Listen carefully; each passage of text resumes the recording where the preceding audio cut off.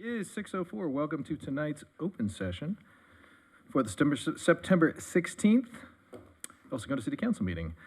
Madam Clerk, would you please call the roll? I'd be delighted to. Councilmember Keldorf? Here. Councilmember Giroux? Here. Councilmember Boyles? Here. Mayor Pro Tem Baldino?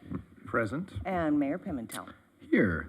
And for invocation, we have Rabbi Lipson from the Jewish Community Center, followed by the Pledge of Allegiance with Councilmember Giroux. Rabbi Lipson, the floor is yours.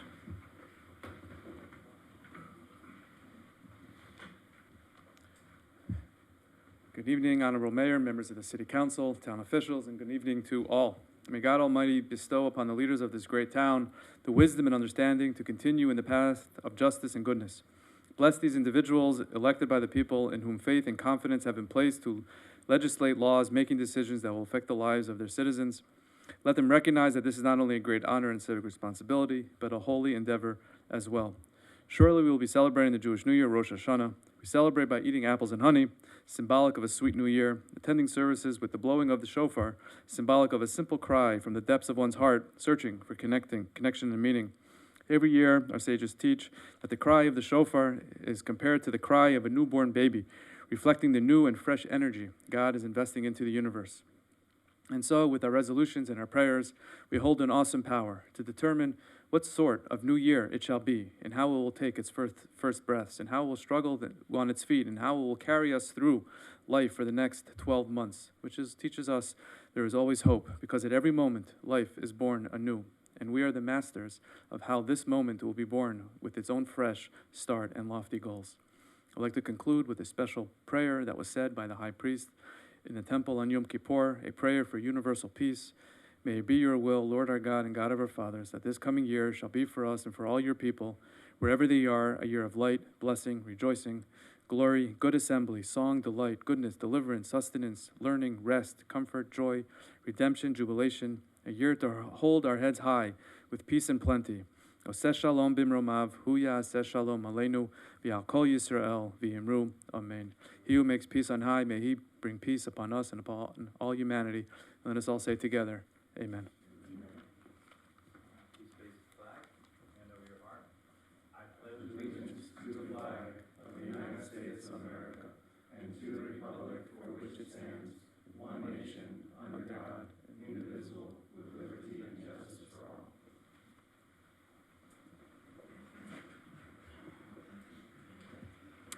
Thank you very much, Rabbi Lisbon, and thank you, Councilmember Giroux. Appreciate that. And a happy Rosh Hashanah early to you. Breast Cancer Awareness Proclamation, please. Councilmember Keldorf. Absolutely. This proclamation by the City of El Segundo, California, whereas Cancer Awareness Month, observed annually in October, is a nationwide campaign to increase public awareness of breast cancer, educate the public about early detection and regular screenings, and to promote research for better treatments and a cure. And whereas breast cancer is the most commonly diagnosed cancer among women, and while a family history of breast cancer is a risk factor, the overwhelming majority of women diagnosed with breast cancer have no family history of the disease. And whereas breast cancer can be diagnosed in women and less frequently in men of all ages, ethnicities, and socioeconomic backgrounds, it is imperative that early detection and heightened awareness remain central to our efforts in combating this disease. And whereas while there is currently no cure for breast cancer, researchers, organizations, and individuals are dedicating their time, energy, and resources to develop a cure to prevent future health issues and unnecessary loss of life from this devastating disease. There is still a great need for widespread outreach, increased awareness, and accessible resources for all. And whereas the City of El Segundo proudly joins communities nationwide this October to celebrate breast cancer survivors, support those currently battling the disease, honor the many lives lost, recognize the families affected, and admire the medical professionals and researchers dedicated to aiding those with breast cancer and striving for a cure.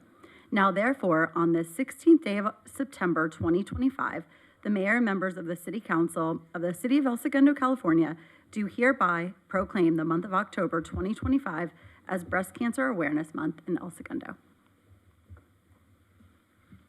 Thank you. Will anyone receive that There proclamation? is no one to receive it. Very well. I Well, will receive it. You will. Given and received. Next, we will acknowledge Hispanic Latin Heritage Month. Councilmember Giroux. All right, proclamation, City of El Segundo. Whereas each year the United States observes National Hispanic Heritage Month by celebrating the culture, heritage, and countless contributions of those whose ancestors were indigenous to North America, as well as those who came from Spain, Mexico, the Caribbean, Central America, and South America. And whereas what began 1968 as Hispanic Heritage Week under President Johnson was expanded by President Reagan in 1988 to cover a 30-day period starting September 15th and ending October 15th. And whereas September 15th is significant because it marks the anniversary of independence for the Latin American countries of Costa Rica, El Salvador, Guatemala, Honduras, and Nicaragua. In addition, Mexico, Chile, and Belize celebrate Independence Day on September 16th, 18th, and 21st, respectively. And whereas the 2025 Hispanic Heritage Month theme is Herencia Colectivo, Orando el Pasado, Inspirando el Futuro, collective heritage honoring the past, inspiring the future, and whereas we recognize and honor the many ways that Hispanics have enriched the fabric of our society, while also rededicating ourselves to supporting our Hispanic and Latinx communities, and ensuring that El Segundo is an equitable and welcoming place for all.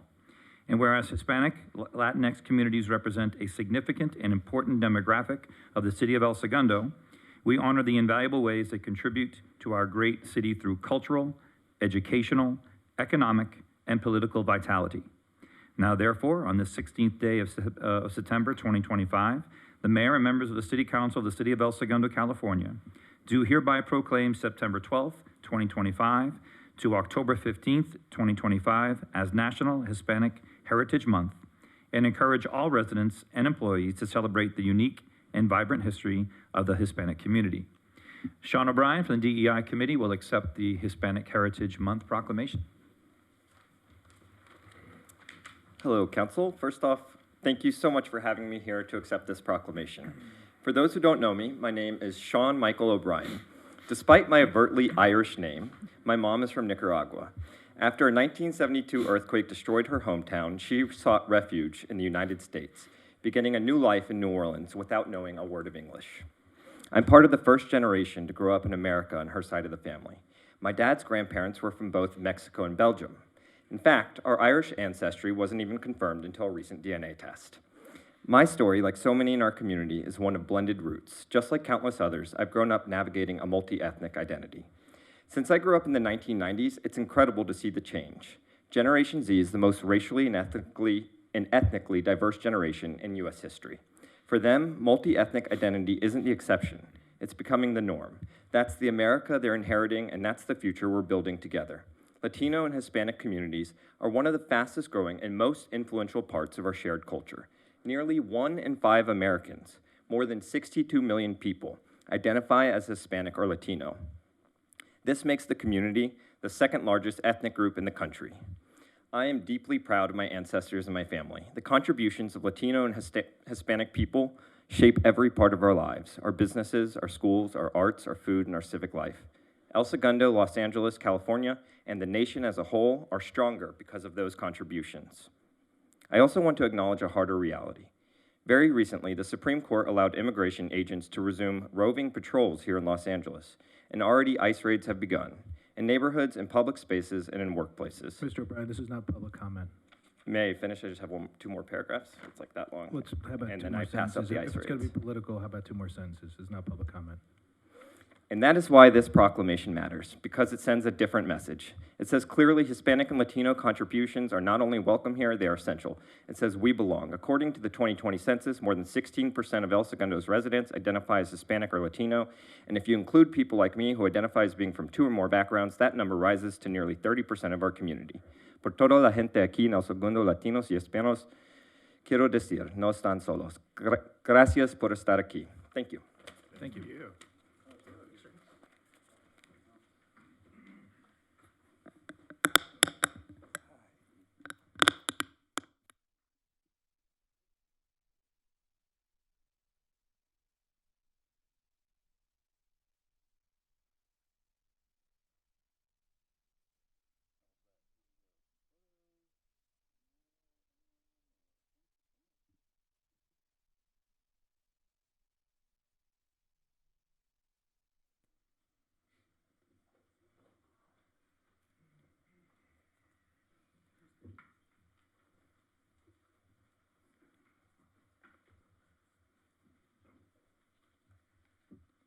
And we have International Day of Peace Proclamation.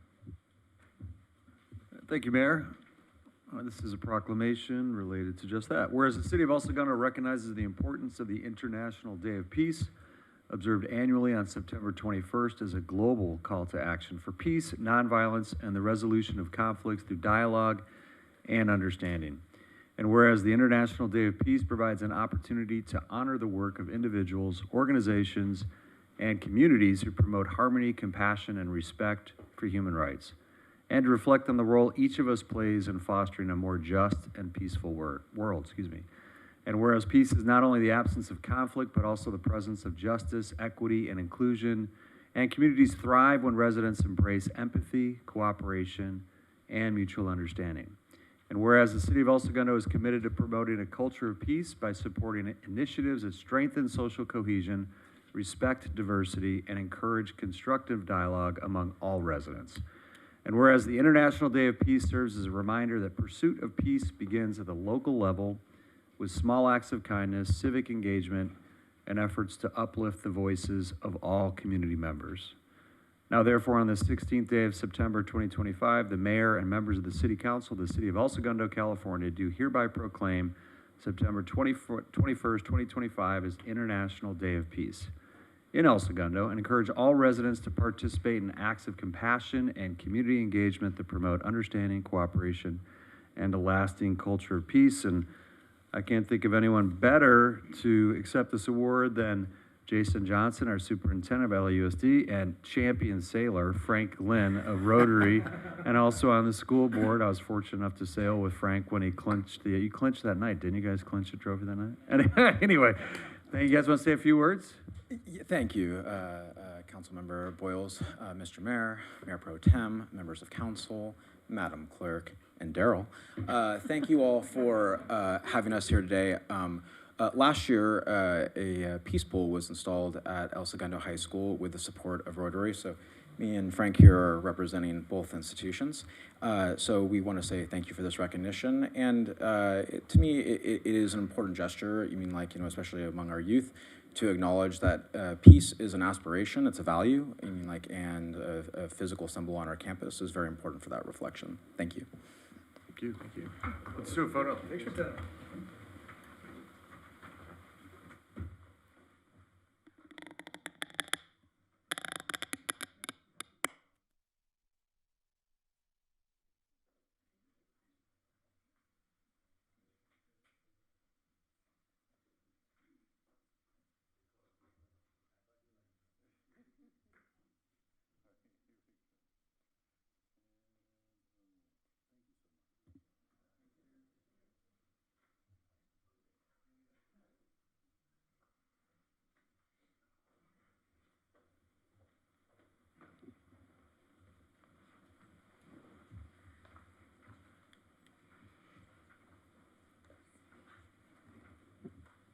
All right, Madam Clerk, public comments.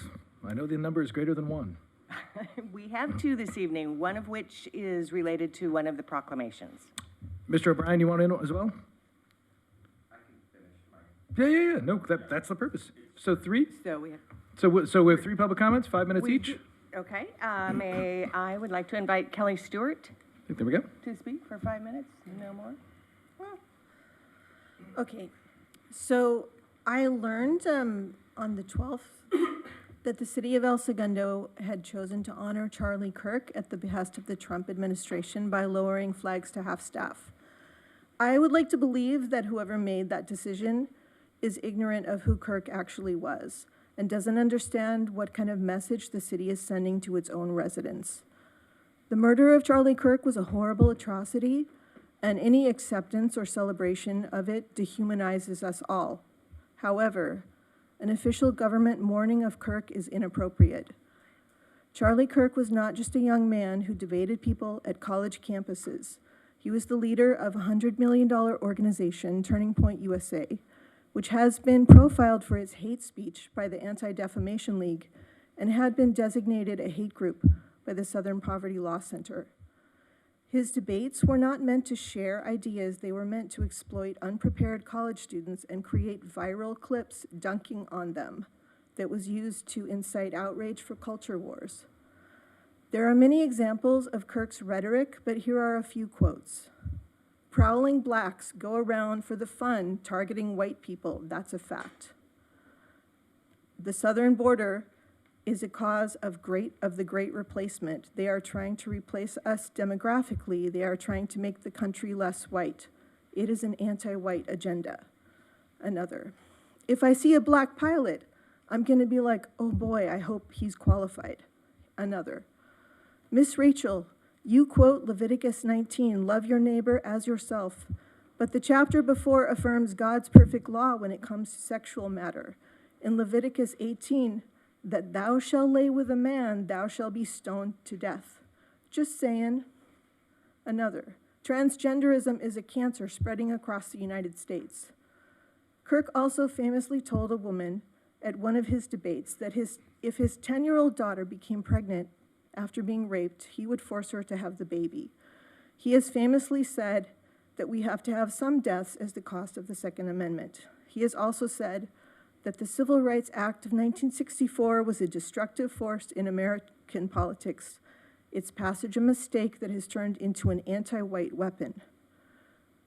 By honoring Charlie Kirk, and by blindly following an order set out by the Trump administration, the city of El Segundo appears to endorse these beliefs. The murder of Charlie Kirk is being weaponized to accelerate and justify attacks on trans people, gay people, black people, immigrants, and anyone who resists or speaks out against the Trump administration, and it seems we are in a new McCarthyism. A few days ago, at a vigil for Charlie Kirk in Huntington Beach, neo-Nazis, along with Patriot Front, showed up and beat a man, later claiming he was Antifa. He was actually a Trump supporter. I want my city officials to stand between an administration that is preparing to target its most vulnerable citizens. Now, I don't think that you guys knew. I'd like to think you didn't know all these things about Kirk. A lot of people didn't. The people who did know were kids. Like, I talked to my grandson, and he told me there were kids who were happy at his death, and I was like, that's horrible. But why? Why would they think that? It was because they knew that he dehumanized kids. He shrugged off school shootings, and he preached hatred towards LGBTQ people. So I want us to think before we act, before we just like openly follow. I understand this was like an order, and you guys did what is like normally done, but things aren't normal. That's what I want you guys to understand. I sincerely kind of beg you, think and research before. You guys have to learn about extremism because we're in a very dangerous time. Okay, thank you. Thank you, Ms. Stewart. Scott Houston, I'd like to invite you to come up.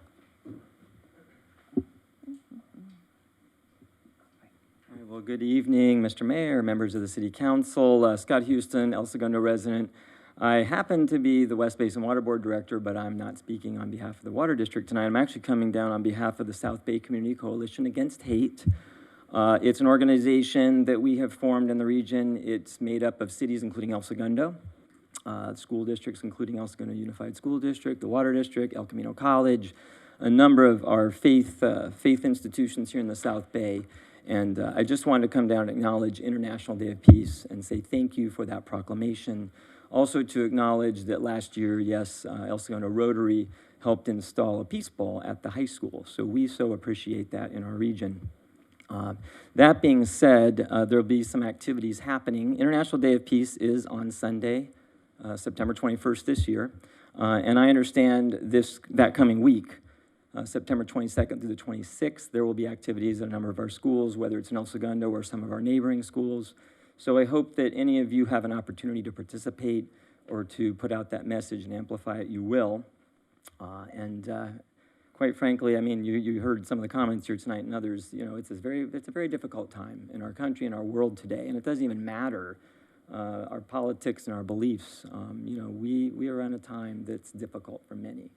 And so I think that, recognizing an International Day of Peace is probably more important than ever.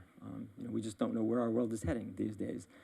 But that being said, You know, we have such a wonderful group, our Community Coalition Against Hate, and we are also leading up to October, which has United Against Hate Week.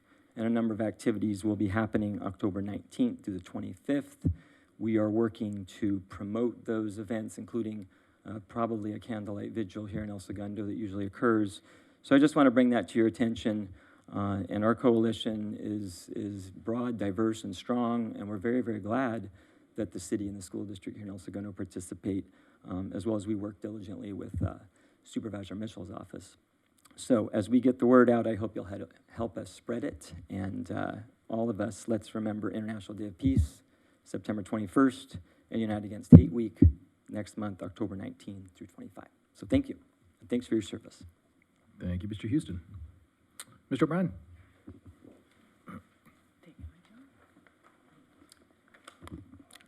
Back up here. I'll just be another moment. So I'm actually not even going to finish reading the paragraph I was going to read, but I just wanted to say I wasn't trying to make that into a political moment. I just wanted to acknowledge, and now in my public comment, I will acknowledge that it is hard to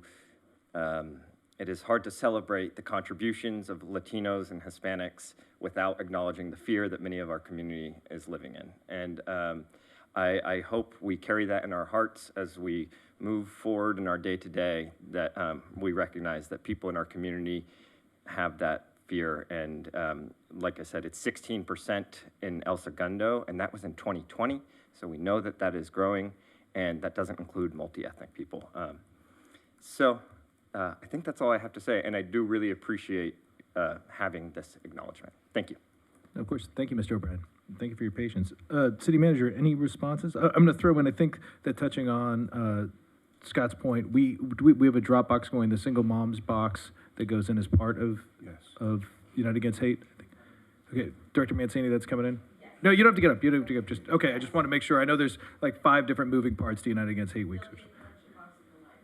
At the library. Okay, not the Civic Center. Got it. Thank you. City Manager. Yes, we also have, I believe, a proclamation on the next agenda for United Against Hate next meeting, so we'll recognize that. If you'd like me to comment on the half-staff flag. Please do. Yeah, just that, as the speaker shared, yes, there was a declaration from the president declaring the staffs, that flags be flown at half-staff, and we honored that directive. Okay. Maybe worth the discussion at some later date of, do we have a methodology around it? I know these things happen if it happens on a Wednesday, there's no real time for a special meeting or something, or there could be, I guess, but maybe that's a fertile discussion if it's febrile ground. Okay, with that, procedural motions. Do we have a motion to read all ordinances and resolutions on the agenda by title only? So moved. Pimentel, second. So that's Drew on the first, Pimentel second. All in favor? Aye. 5-0. Consent agenda. Does anyone have any pulls? I have a question on number 9. Okay, so we're going to pull number 9. And I will pull 15. Any other pulls? All right. Is there a motion to pass items 4 through 8, 10 through 14? So moved. I'll second. Boyles on the first, Keldorf on the second. All in favor? Aye. Any opposed? No. 5-0. Okay. Item number 9, Mayor Pro Tem. 9 is a designation of voting delegate and alternate to the Cal Cities 2025 Annual Conference and Expo. I've read the agenda pocket. There are no names there. Are we supposed to pick a name, or are we just... Yes, please do. If you'd like to nominate one of yourself, whoever's attending the conference would be helpful. I know last year I was the alternate because I do attend this conference. And they didn't have a quorum last year. And they didn't have a quorum, and I actually don't believe there are any at least at this time, any resolutions to be acted upon, but we still would like to have a delegate and an alternate for the meeting. Who's going besides me? Who would like to go? Yeah. I'm going. Well, then I'll nominate Chris as our delegate and Mr. George as the alternate. All right. I'll second. All those in favor? Aye. All right. I should have abstained from the pastries. All right. Do we have to? So we voted on that. Does that count as our vote for item 9, or do we have to pass item 9, Madam Clerk? You voted on the person, now you need to vote to approve, or did that count as the vote to approve? I don't think it voted as a count to approve, so I will move approval of item 9. I will second. All right, all those in favor? Aye. Okay, we've knocked out 9 and sub-bullet 9. I will start on item 15 by telling you I'm going to move adoption. I would just like to say this was a document, the hazard I'll read it out. Resolution adopted the City of El Seguindo's 2025 Local Hazard Mitigation Plan. We published this to the public, but we did it on Laserfiche, which was a really difficult thing to read. It's 206 pages of scrollable Laserfiche, which I don't suspect many people besides me and you probably did. No, you have to present. I just want to say, so I'm going to move adoption. I think if we are going to put things out for the public, then we need to make it something that is digestible. So if there's a way to move that, download it, throw it to a PDF or something so people can read it. Or you can comment on it if you want. I must try to throw rocks at you. I was just saying. It was posted on social media with the PDF link as well as our website, and there are printed copies at 4 locations in the city. It is very big. We didn't let anyone take it home. So we got the Laserfiche? Oh, I wasn't involved with that part. But it's at City Hall, the library, the PD, and the fire department in physical form. In 47 states, it's both illegal to haze or to allow yourself to be hazed. And I know when I am being hazed. That was not nice. So in that case, everyone else got the PDF. Fantastic. I'll second the, Yeah, there we move go. for approval. I'm moving adoption. Mayor Pro Tem is I'll probably, he's second. like, Get through this. I got the book on tape. All in favor? Aye. All right, off we go. There are no public hearings. Staff presentation, item 16, grant award from Chevron Products Company in the amount of $75,000 to support economic development in El Segundo. Deputy City Manager, will you be presenting on this? Actually, our senior management analyst, Christina there we go. Revelis, will be presenting this item. Good evening, Mayor, Mayor Pro Tem, and Council. I am particularly excited to present this item to Council today because at its core, it really highlights the success and power between public and private partnerships that foster economic development in the city of El Segundo. And as we look at the history of this town, I think we need to recognize that Chevron is a cornerstone of our business community for over a century. And in the past, 5 years that I've been part of this organization, and way before that, we noticed that Chevron has been continuing to commit and invest through sponsorships and has shined as the prime sponsor of our economic development program with a total contribution of over $1.5 million. Those contributions have supported the implementation of our invigorating business attraction and retention efforts that aim to attract new and high-growth industries that in turn attract high-quality jobs for El Segundo residents, but also for the neighboring cities.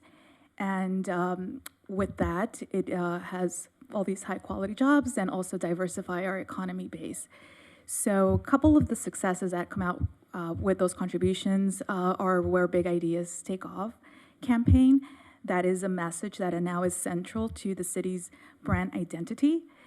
But of course, many of these successes are also attributed to council and your leadership and commitment to investing in the economic development program, but in part also to Chevron's generosity. So with that, I would like to call Jessica and as well as Brian.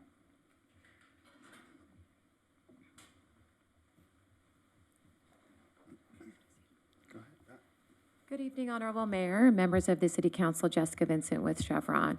I'm going to go ahead and introduce Brian to talk a little bit about the program, but this program is really unique. It's very different than our standard kind of charitable contributions in that there is an application and review process.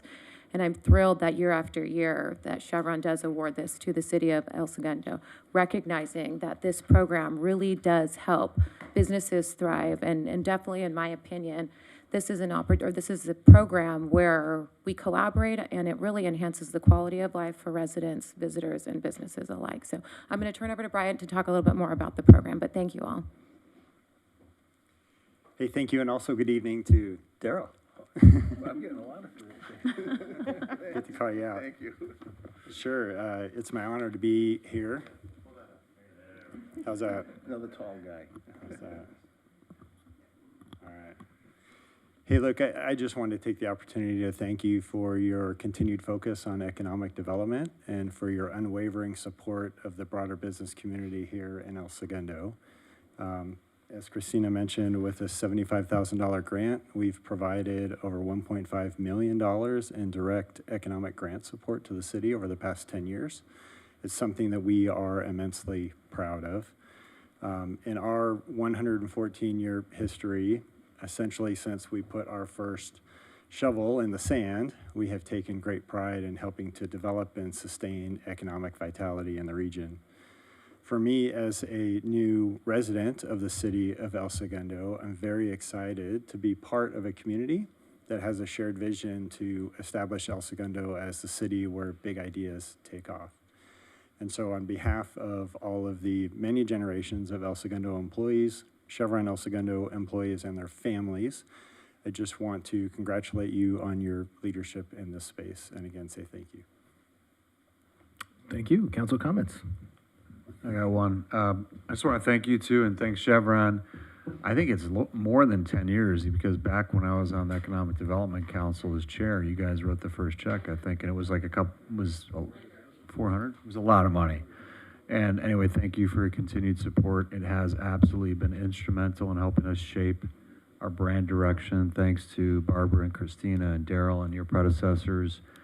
And we truly are the place where big ideas take off. It's just that we're always kind of like the best kept secret of the 88 cities in LA County. Now, just a testament today, Mayor was speaking at the Deep Tech Summit here in El Segundo, and it's come full circle. I was on the phone with the VC today that's investing heavily in El Segundo. We have our first venture fund here with Achel and his group at Interlagos. And 10 years ago, we said, we get a VC in El Segundo, we've made it. We have a venture fund here. And where are they? They're on, is it California or Nevada? I always get them confused. Anyway, they're half a block from where SpaceX started. Not coincidentally, very intentionally. So it's great to see. And I just want to also say thank you for living in town. That's something we've been talking to LA City about. Wouldn't it be great if the Hyperion general manager actually lived in El Segundo? All right. And then a quick fact. Most people don't know this, I don't think, but what city has the highest average salary? Obviously, you know the answer, of 88 cities. Like more than Beverly Hills, more than Century City. Highest average salary out of all 88 cities in LA County is El Segundo. So you guys contribute to that. So thank you. Other council comments? Mayor Pro Tem? This is just another example of Chevron really showing leadership and being a partner with the city. So thank you both for everything you're doing.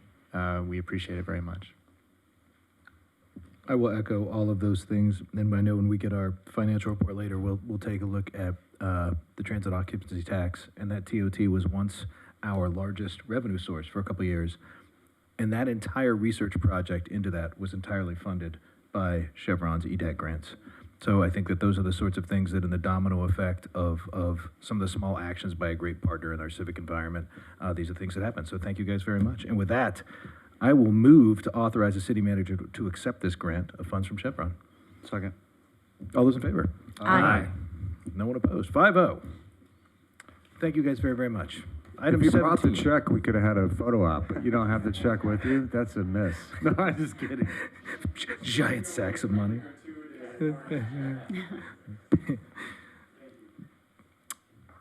Item 17, resolutions amending the city contributions for CalPERS medical premiums. Director Reddick.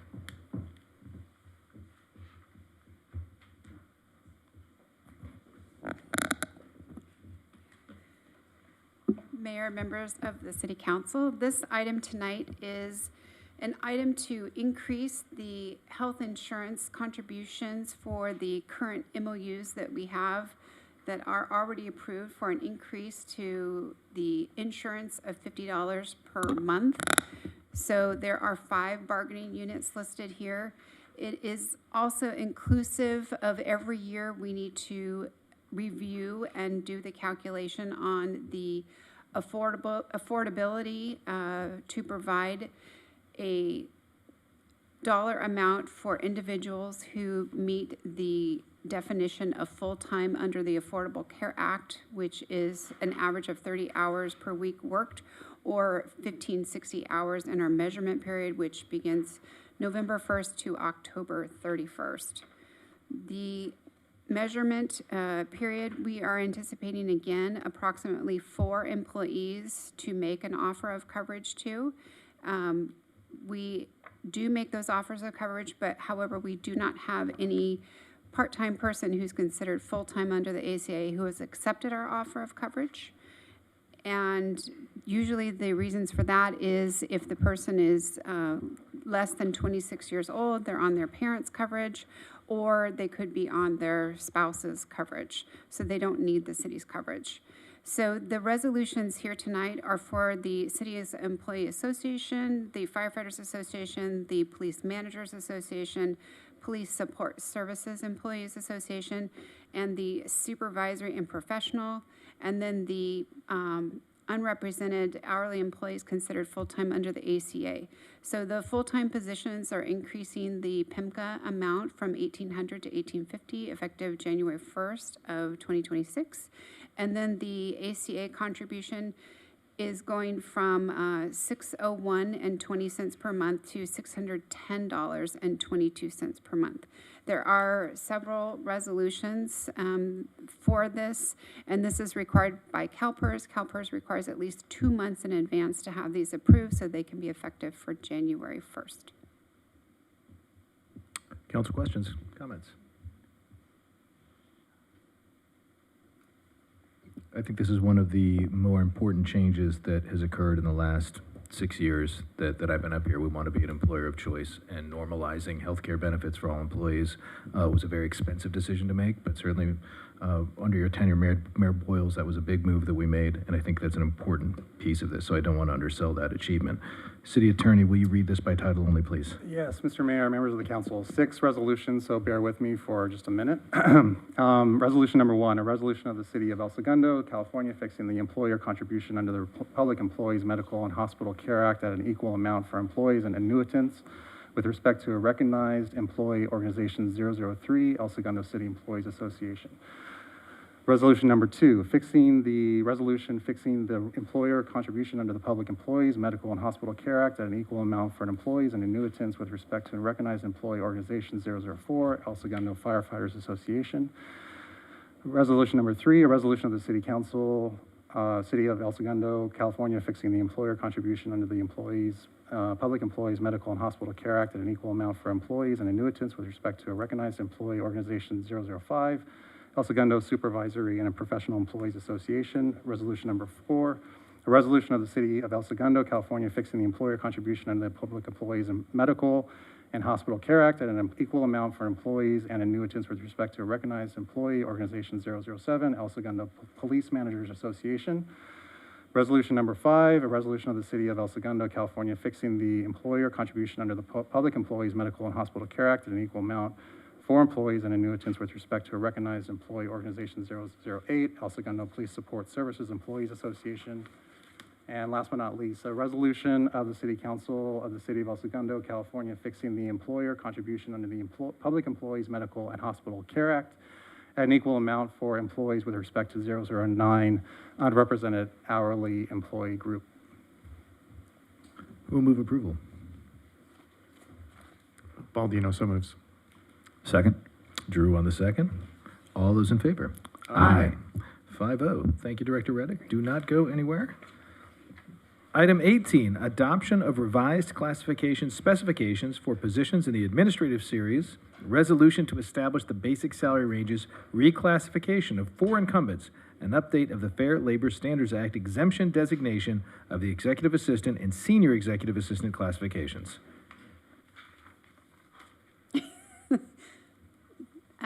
This report actually has a PowerPoint with it tonight. It's, it's a little bit more complicated than our typical items that we bring for HR.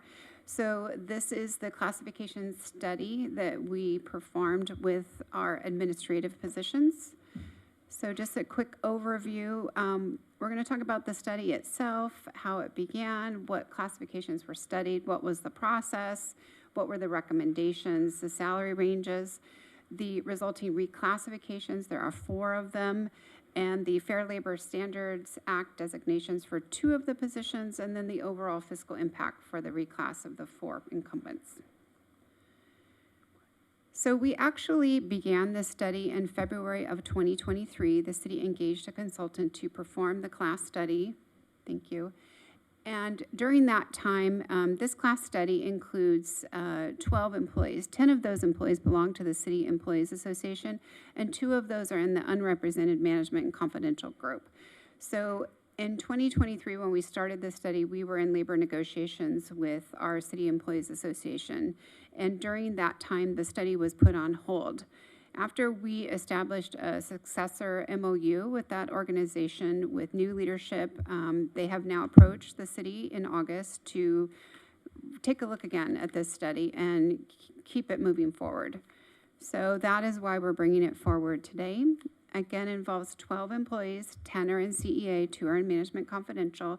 And the reason why this study was performed to begin with is to make sure that our employees are in the proper classifications and make sure that the job descriptions are reflective of the duties, the technologies, the responsibilities. This council has approved many classifications over the last 4.5 years that have been revamped. These are significantly revamped classifications. Another purpose of the study is to align the job titles. If we'll go through the job titles and you'll see they kind of don't make sense. There's not a real clear progression here. So this study aligned those job titles, and it also established a career path for employees in this series. So these are the classes that are included. The first 4 are included under the City Employees Association, and then the other 2 are under the Management Confidential group. The Senior Executive Assistant, when we started this study, has a star on it because when we started the study, this was not included with the consultant's review of it. But since we picked it up again in August, we did take a look at that. So it is included. It is the highest level in the series. So the study process, when we engaged the consultant, she had a virtual orientation meeting with all the impacted employees and their supervisors, answered any questions. After that, PDQs, or position description questionnaires, were distributed. Those are a very lengthy document that asks questions about your job duties, decision-making responsibilities, equipment that you use, frequency that you use, physical tasks that need to be performed, environmental concerns. So after the PDQs were distributed and completed, the supervisors reviewed those, the consultant reviewed those. She conducted interviews of the incumbents and developed the class specs, which are attached to the staff report this evening, and then she made recommendations. The employees, they all reviewed their PDQs with their supervisor. Their supervisors were only permitted to make comments. They were not allowed to make edits to the employees' job description duties. We did meet with the new leadership in CEA who did ask for us to bring this study forward, and I'm here tonight for City Council's consideration of the recommendations resulting from the study. So the Office Specialist 1-2, this is the entry classification into the series. The recommendation was to collapse this into one position. So with that, we are collapsing it into one position and using the requirements of the 2 as the minimums. So 1 year of administrative office experience and then 2 years of customer service, which is new. This position is the person who sits at the front of City Hall and greets all the visitors that come. So customer service is really important. And then the dropping of the 1-2, since we're collapsing it into one position. Administrative specialists, there's really no big changes here. It's the same responsibility in terms of the education and experience. We just updated the outdated secretarial and office administrative to increasing the office support experience. So an administrative position, to distinguish that from the others, is somebody who supports a division of a department. And then these next two, these are the two that don't quite make any sense. Senior Administrative Specialist and Admin Technical Specialist. So with these, it was recommended to collapse these into a mini-series, where you create a 1-2 position.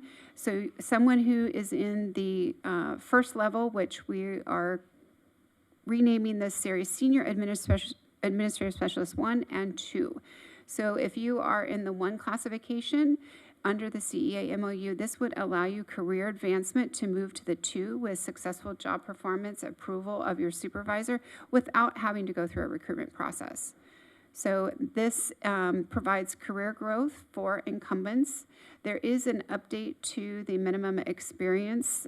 Again, it had the secretarial office administrative in there.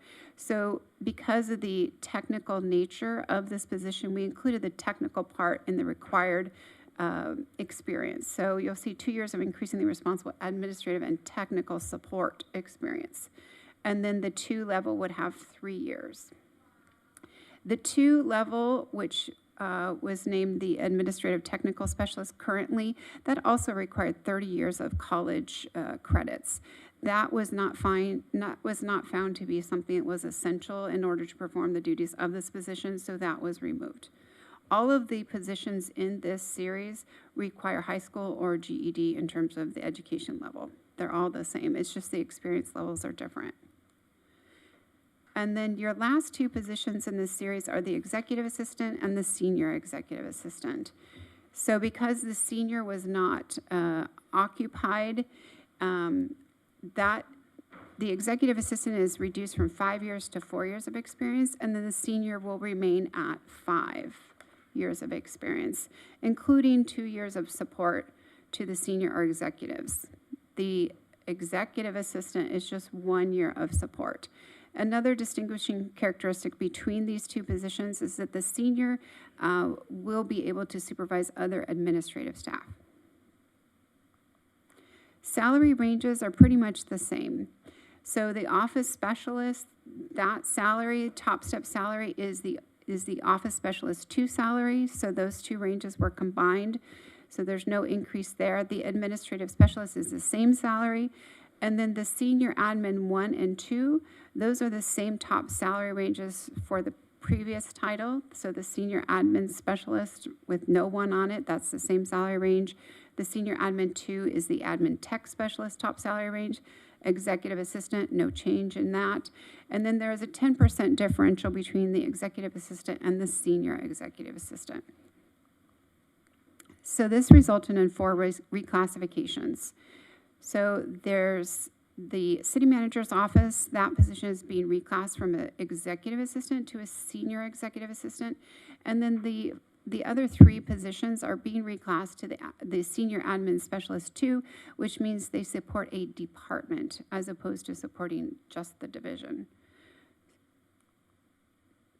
And lastly, for the executive assistant and the senior executive assistant, those 2 positions belong to the unrepresented Management and Confidential series, and they are covered under the city's administrative code. Under the administrative code positions, and they're eligible for up to 56 hours per year of administrative leave. So with the designation of FLSA non-exempt, they will no longer be eligible to be awarded administrative leave on a calendar basis, but instead they will earn overtime for hours worked at time and a half.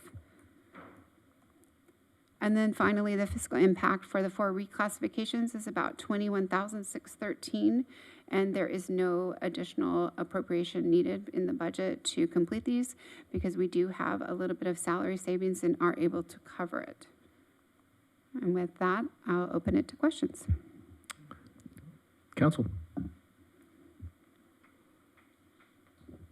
I don't have any questions, but I do want to recognize the amount of work it goes into looking at our classifications and making sure that what we are asking for is going to deliver us our best and brightest employees. So going through this gruel of looking at outdated job descriptions and updating it, I know is very time consuming, but the result is hopefully we're going to get a higher caliber employee to help us deliver better services for the people who live in town. So thank you. Great, thank you. I would also say it takes some courage to remove prerequisites that aren't serving us well. right? To say, hey, we're going to classify these things as out without needing a bachelor's degree, that might be screening out good candidates who can adequately do the work. There's Right. not a lot of institutions that will do that. It's usually easier to just say, we want someone who has this, and more credits, and that screens out a lot of qualified people. So I salute you for that. Any further council questions, comments? City Attorney, I will trust you to read this by title only. This one's a little bit easier, Mr. Mayor. A resolution establishing basic salary ranges for full-time job classifications is now ready for council consideration. Would anyone like to move approval? So moved. Kilduff on the first. Second. Giroux on the second. All those in favor? Aye. 5-0. Thank you, Director Reddick. Item 19, fiscal year 2024-25, third and fourth quarters financial report.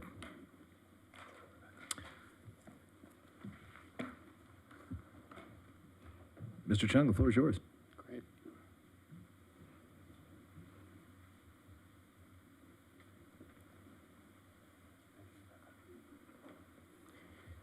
Good evening, Mayor Pro Tem, City Council members. Tonight I'll be presenting the fiscal year 24-25 third and fourth quarter financial report. This is a comprehensive report, being that it's going to cover the whole year.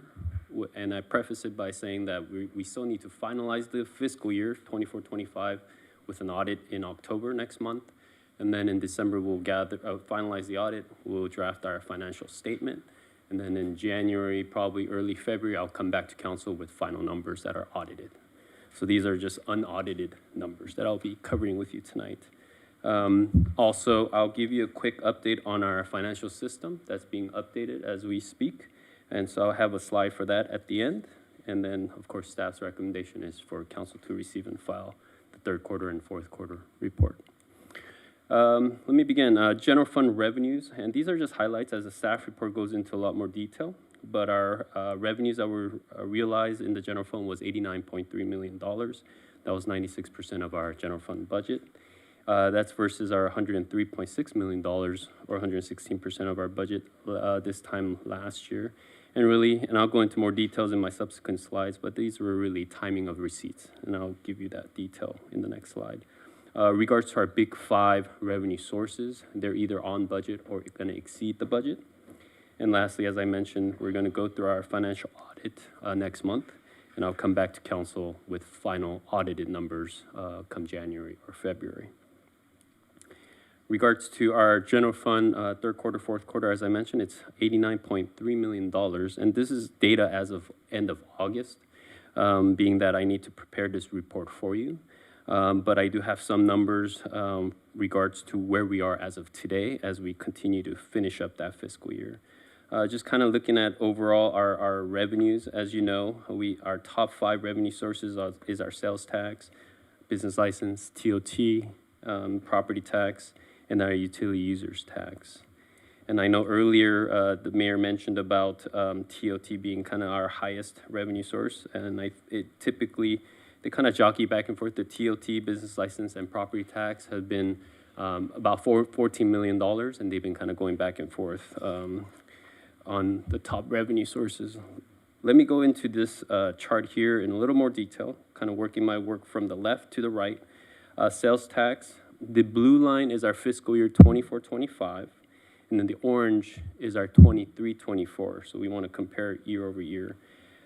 You can see that big variance there between the blue and the orange for our sales tax, and there's really two reasons for that.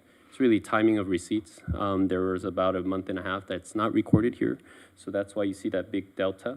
But also in the fiscal year 23-24, we also received about $700,000 of Rivian sales tax that should have not really flowed through the city because we do have a service center here, but the way the state calculates the sales tax portion. Could you say that number again, please? So the sales tax in fiscal year 23-24, the city received approximately $700,000 in Rivian sales tax.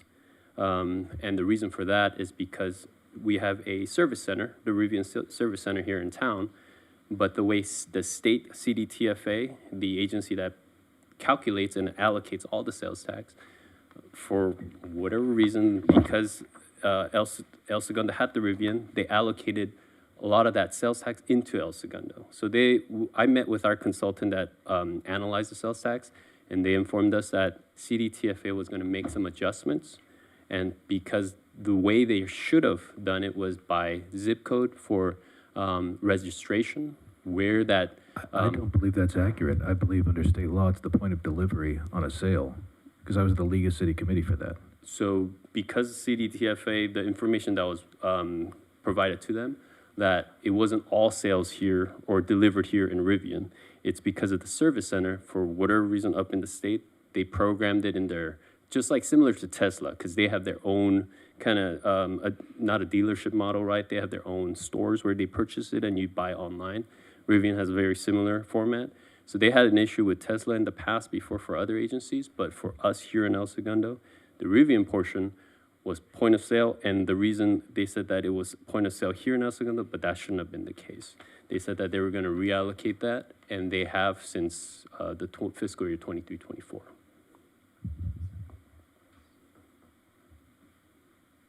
Continue, sir. And so regards to business license, it's pretty flat year over year. It's approximately $14 million. We did anticipate that on the We business increased rates license. though, right? Didn't we increase rates last year? Rates, yes. So actually our head count and square footage is down. It is, yes. Okay. Yes.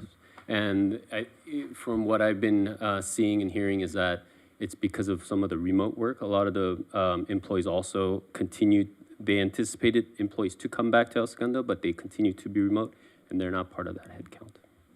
So we do see that decrease, even though we implemented the BLT 2 years ago through the measure.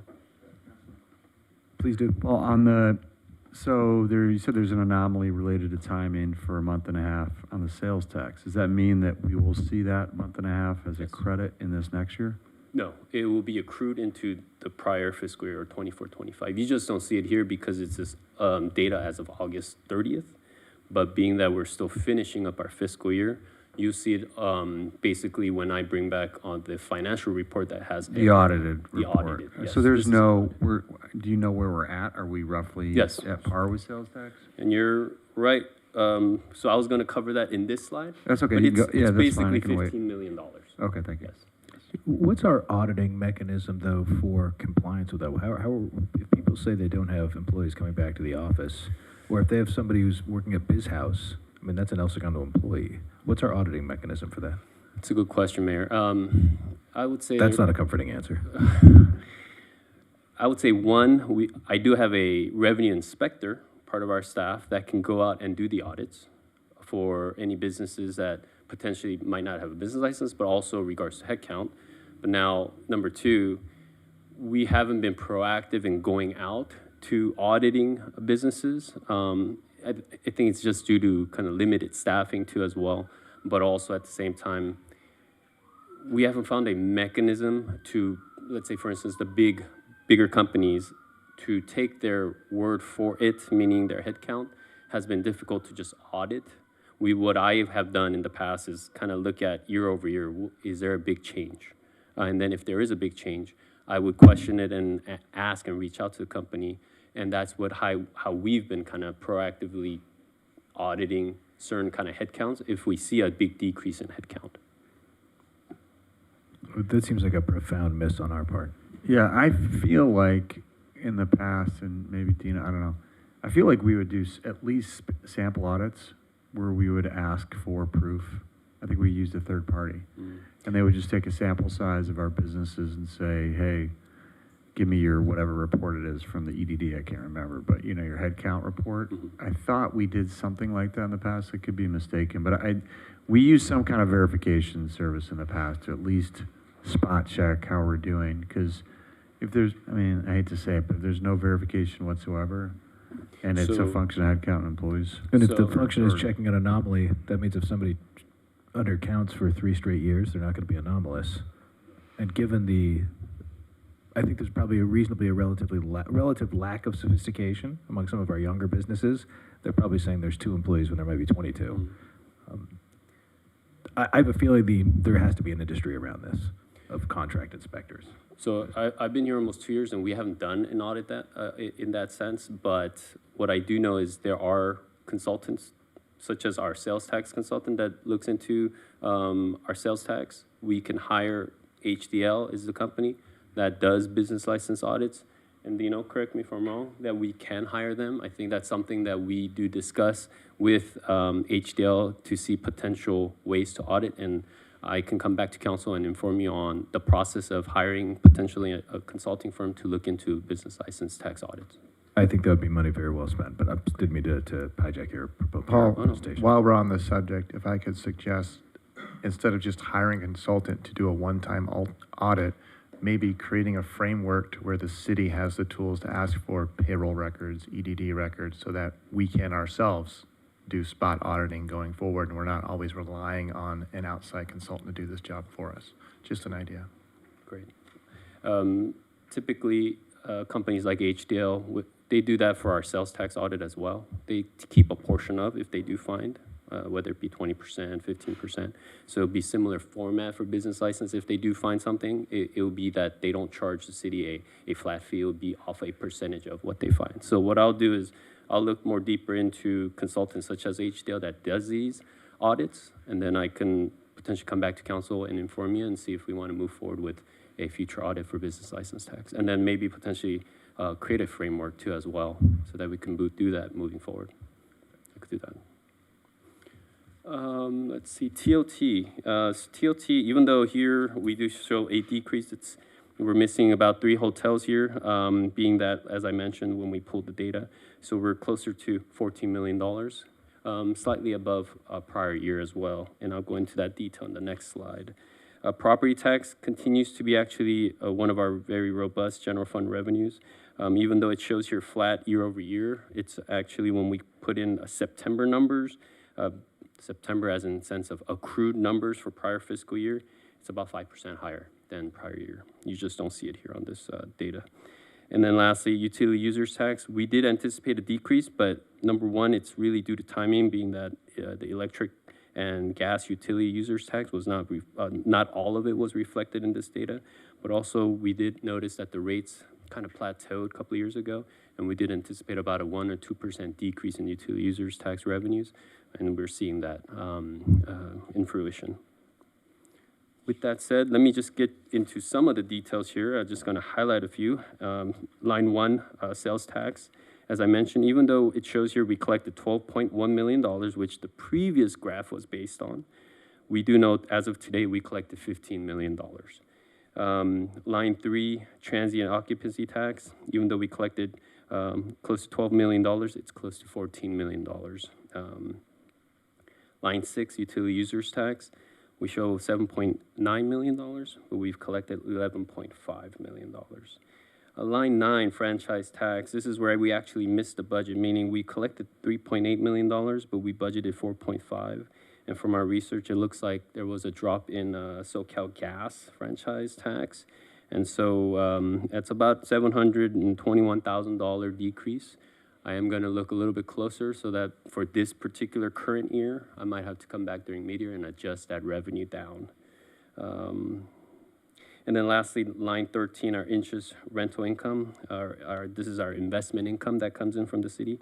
That has been really high, and it continues to be high, being that interest rate continues to be high as well.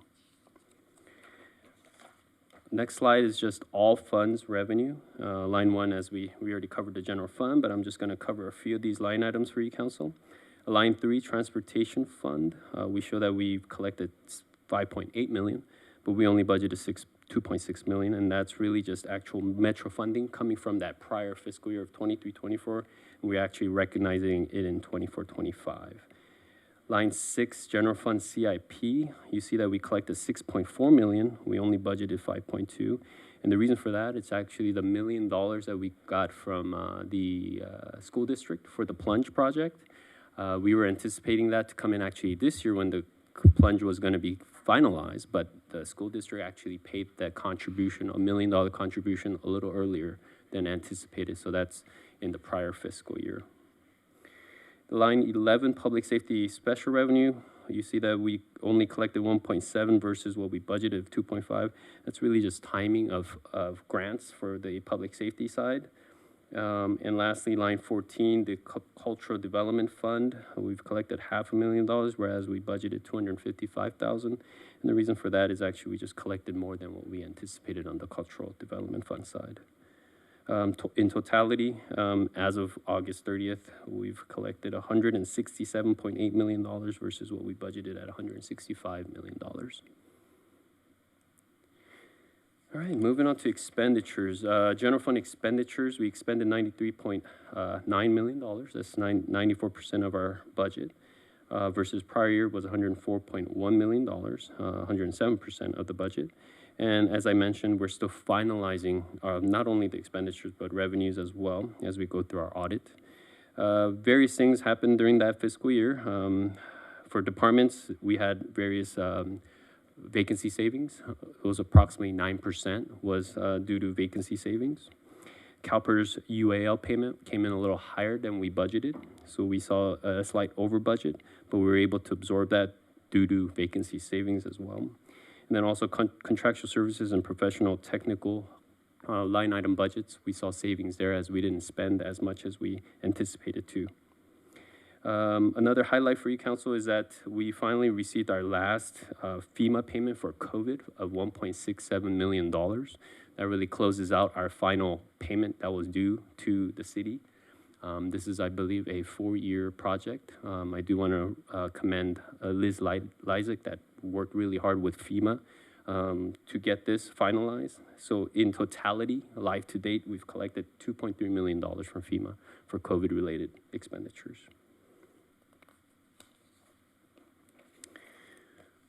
This chart just kind of shows the various departments' expenditures for the year.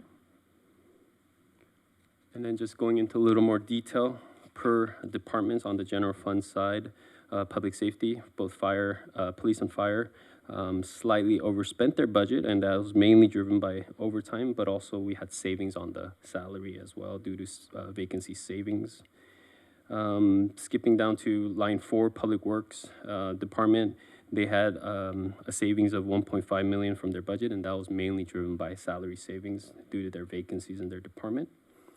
Line 5, non-departmental, the reason for that slight overspending was driven by the UAL. As I mentioned, the UAL payment that was due to CalPERS was slightly higher than what was budgeted, but was absorbed by the various salary savings. And lastly, just lines 6 through 14 for the various departments, they were a combination of either salary savings due to vacancies or the professional and technical line items that they did not spend, which was anticipated to spend. So that all kind of goes back into the fund balance. And lastly, line 15 is our COVID-19 reimbursement, that $1.7 million we finally collected from FEMA to close out that project for the year, or for the whole total of the COVID-19 project. This table is just all funds expenditures. Line 1, of course, is a general fund that we just covered. I'm just going to go through a few of these items for you, Council. Line 3, transportation funds. We spent less than what was budgeted due to some of the CIP projects in the transportation side that's going to roll over to our current fiscal year. That's the same situation here for line 5, the wastewater fund. We spent less than what was budgeted, and that expense is going to also roll into this year to finish up these projects. Line 6, the general fund CIP, that's the large one here. We spent $11.4 million versus what we budgeted of $30.4 million. And the main driver, of course, is the plunge and the rec park projects. And of course, whatever wasn't done in the prior fiscal year is rolling over to this fiscal year to finish up. Line 7, the equipment replacement fund, also underspent, and that's just we replaced less equipment than anticipated. Line 10, development services trust, we only spent $75,000 where we budgeted $887,000, and that's actually the general fund update that was actually budgeted in prior fiscal year, which we didn't spend, so we're rolling that over to spend this fiscal year. I'm just going to skip over and just get to line 13 here, the Recreation and Economic Development Trust Fund, that $1.1 million versus what we budgeted. Really, that's actually not cash. That's that transfer of that $1 million for the plunge project that we received from the school district.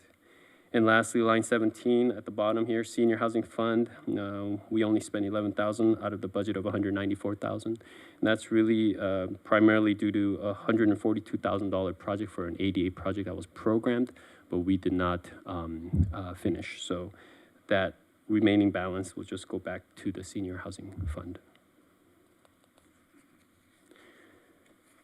Just to give you a summary, Council, regards to our general fund reserves, we keep our reserve at 25% per our fiscal policy at $23.5 million. General fund balance as of June 30th was $43.5 million. Our economic uncertainty reserve remains untouched at $2 million. Our OPEB reserve has grown to $36.4 million. Our pension trust reserve is now at $6.4 million. And lastly, our general fund CIP reserve of $400,000 remains untouched. And just the last slide for you, Council. This is just a quick update on where we are with our Tyler, we call it EERP, but it means Tyler Enterprise ERP. And so back in January, we started implementing Tyler for our first module. There's two components. There's the financial module, and then there's the HRM, or the Human Resources Management and Utility Billing. So right now, we're working on the financial module. So we began that in January. And in March, we generated our general ledger, our accounting numbers. That's kind of the foundation of the financial system. And with that said, from basically once we established those numbers till today, we've been working on accounting, accounts payable, accounts receivable, general billing, purchasing, and budget. So it's a heavy lift for my team. Some of these meetings went for 8 hours, sometimes 9 hours, multiple times a week. So I really commend my team for just putting in all that work to get to where we are today while they're doing their daily duties as well. So it was quite a bit of work, but we're not done yet. We are currently, this week, we're doing our end user training, meaning the departments outside of finance are learning how to use the system, how to, we've decentralized some of the processes, so they're learning just the new system in general. So we're doing that this week. And then, most importantly, we will go live with our new system. We'll shut off Eden, which has been in place for 20 plus years. We're shutting that system down in October 6th or 5th. Technically September 30th is when we're going to turn it off. And then on October 6th is when the new system will go live, when the staff will start using the new system. And lastly, the Human Resources Management, or HRM, payroll, and utility billing will go live summer of 2026. So that's kind of the timeline and where we are with the implementation of our new financial system. With that said, that concludes my presentation, Council. This is just a receive and file for your consideration, and I'm available for any questions. Thank you. Council questions? I think we've maybe already covered this, but just to go back, I think the number that we're all maybe cued in on is the general fund. So year to date, we're down called $3 million. That's the projection for the end of the year. That's at 96% credited, I guess. So if we were to extrapolate to the end of the year, best guess on where we would wind up at the end of the year? So on the general fund revenue side, we should be close to $104 million. Right now, I'm showing 89, but as I mentioned, we're in the process of closing the remaining fiscal year. So once we close it, my best guess is $104 million, close to that on the revenue side. On the expenditure side, we should be hovering around a little less than $100 million. Great. Thank you. Yep. And as I mentioned, I will come back to council. Once it's audited, I'll give you the final numbers. No, and I appreciate these check-ins very much. Yes. Thank you. Every year this fools me. Yeah. You know, I read this thing and I start vomiting and get sweats and walking all over the place. And when the orange is more than the blue. Yeah, makes everybody nervous. yeah. Couple things. One, I think that we're dedicating a lot of money to CIP stuff, and we have to figure out a way to budget it in a way that reflects when we're going to do the work. Because carrying over years of CIP budget that we're not doing but you see this at every level of government, but, you know, the sanitation districts butcher this. I mean, they take years to start something, and you look and you're like, hey, well, I guess we didn't spend 40% of our budget, but it's sitting there allocated to something. So the fact that we have not started Rec Park, which I believe we first started that 6 years ago, and we still haven't spent any money on it, is like, so we have got to figure out a better way to do that. Otherwise, we're going to be sitting here with a spaghetti bowl of accounting. But I think, like I said, it looks good on paper because we're not spending on these pieces. But that CIP, these projects that aren't getting started, is problematic. So if we have to find project managers or sub out things to get things moving and unstuck, I would be in favor of that. And that's commentary, and that's not really a part of the receive and file. Also, I want to highlight that when we do the year-end piece, I think having that economic uncertainty on top of a 25% surplus is again superfluous. So I think we should allocate that money if we have other CIP things we need to do to move the skate park or whatever we're doing. We lose track of where we are with the park at this point. To get those things moving. So that's my editorial comments on that. But with that, do we have consensus to receive and file? Now we can stop hyperventilating that we still have 2 months of revenue to put in there. All right, thank you very much, City Treasurer. Thank you. All right, and that's the show. Committees, commissions, and board presentations. Seeing none, we did have some selections. We'll report on those at the next meeting. City Clerk reports. I had the pleasure of attending an assembly at Center Street Elementary School with our mayor and Mayor Pro Tem last week. It was a third grade assembly, and they were learning about city government. We fielded questions for about 6 weeks, or about an hour. Seemed like 6 weeks. Many of those questions actually had something to do with the city, but it was quite a learning experience for all of those involved. And I hope that they invite us again next year. It was really fun. I also would like to do a personal plug. Happy birthday to my husband. It's always a great time when he has his birthday because he catches up to my age. So I'm not the older woman anymore. And that's it. Thank you, Mayor. With happy 39th to him. Councilmember Kildorf. Sure, just hearkening back all the way to the beginning of this meeting, I would like to reiterate the mayor's desire to have some sort of discussion or even education on my part about the distinction between a federal order and how that comes into play. And I say that because it's something that I heard about when it was being discussed over a Friday night football game as it related to the school district. And I was kind of in the dark about how that related to us. So I do also want to acknowledge that tonight we had proclamations on women's health on all sides. I think it takes courage to show up and do that not behind a keyboard, and our ability to do that in a civic setting, civilly, cannot be underestimated. So thank you for showing up and participating. Thank you, Councilmember Kildorf. Councilmember Giroux. Nothing from me, thank you. Councilmember Boyles. I have an item under my name, but before I do that, just real quick on the Southern Cal Association of Governments Regional Council meeting. I will just give you a couple quick highlights. Wasn't a lot going on. We got a committee. I gave Councilmember Keldorf the packet we got from LA 28 on the Olympic stuff, and we adopted a couple things. We took action to adopt the LA 28 Games program framework that's just focused on transit, mostly how to get all these people around the county of LA and all over Southern California during the Olympics. We also launched the Last Mile Freight Program rebate program by vote, and we accepted $52 million roughly for Congested Corridors program grant. So more to come on that stuff, and then we got some presentations as usual. The item under my name relates to a resolution, which I don't know if it's necessary at this point, but I'd certainly like to entertain it because Mayor Pimentel and I signed a letter to the USA Surfing Organization because time was of the essence. But essentially,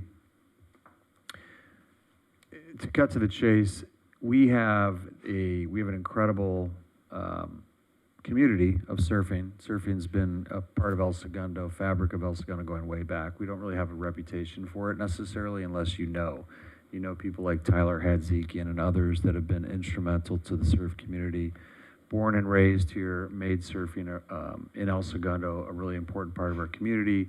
We've had surf team at the high school for years. I don't know if you guys know this, but we actually have the World Surf League headquartered here.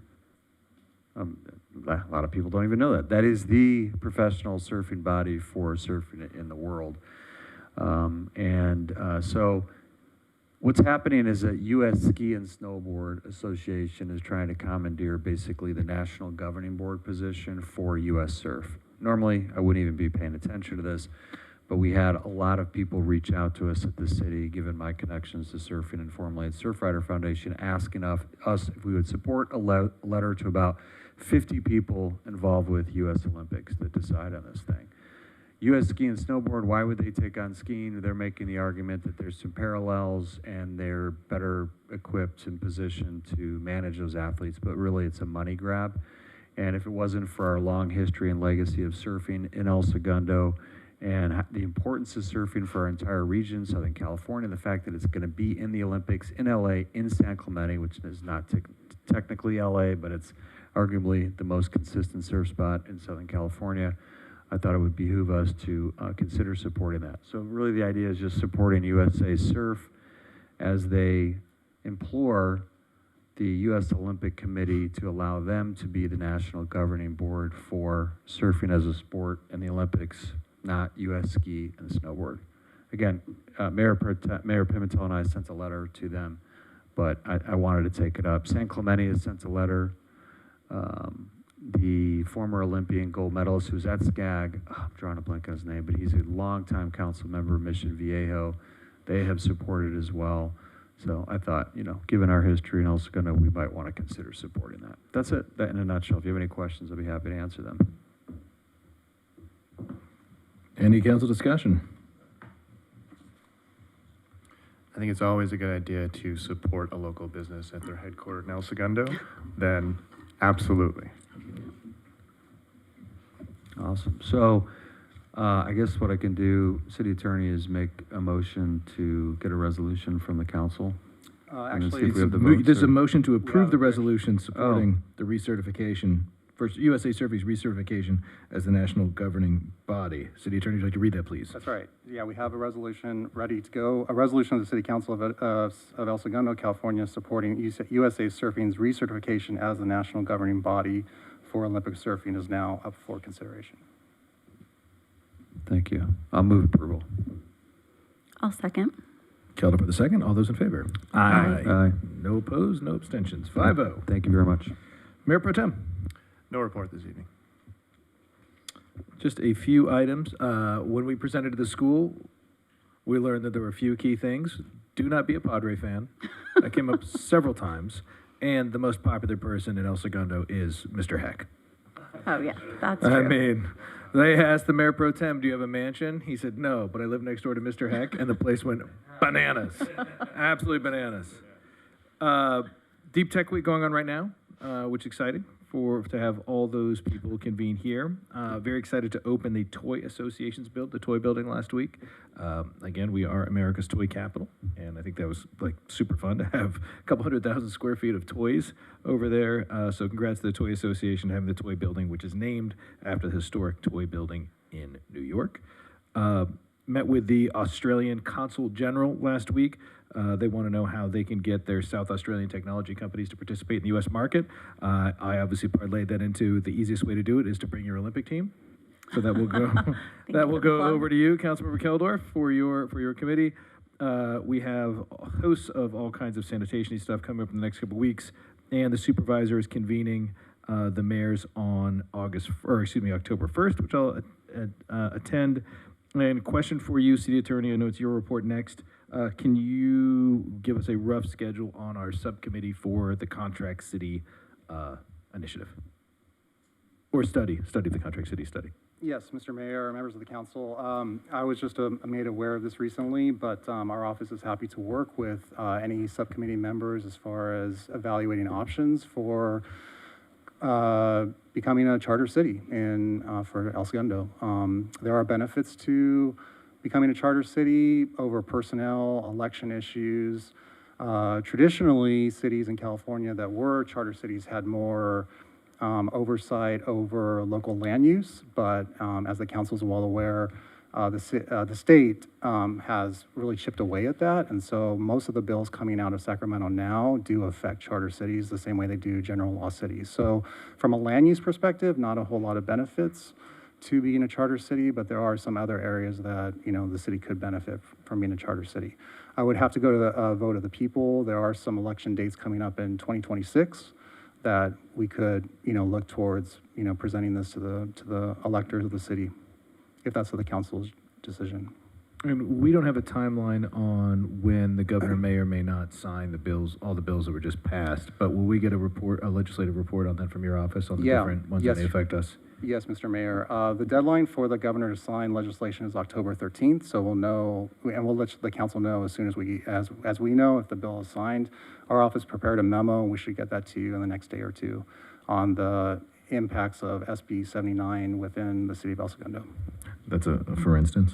All right, your other reports. Yes. Anything further, City Attorney? Yeah, Mr. Mayor, members of the council, we should just recognize that the council met in closed session tonight at 5:30, and there was a vote taken 5-0 to authorize the city manager to approve opting in to settlement agreements related to the opioid crisis, and there's been several settlements by 9 different entities, including pharma, Purdue Pharma, and other pharmaceutical companies. And if the public has any questions about that, they can look at nationalopioidsettlement.com for details.